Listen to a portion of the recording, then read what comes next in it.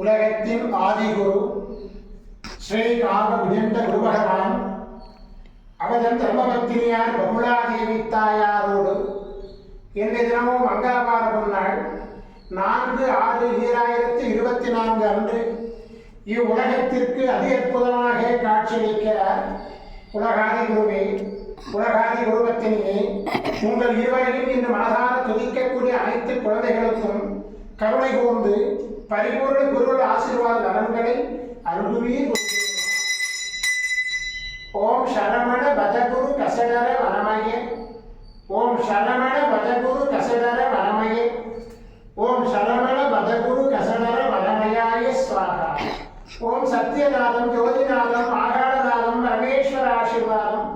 ஓம் நம சிவய, ஓம் நம சிவய, ஓம் நம சிவய, ஓம் நம சிவய, ஓம் நம சிவாயாய ஸ்வாஹா.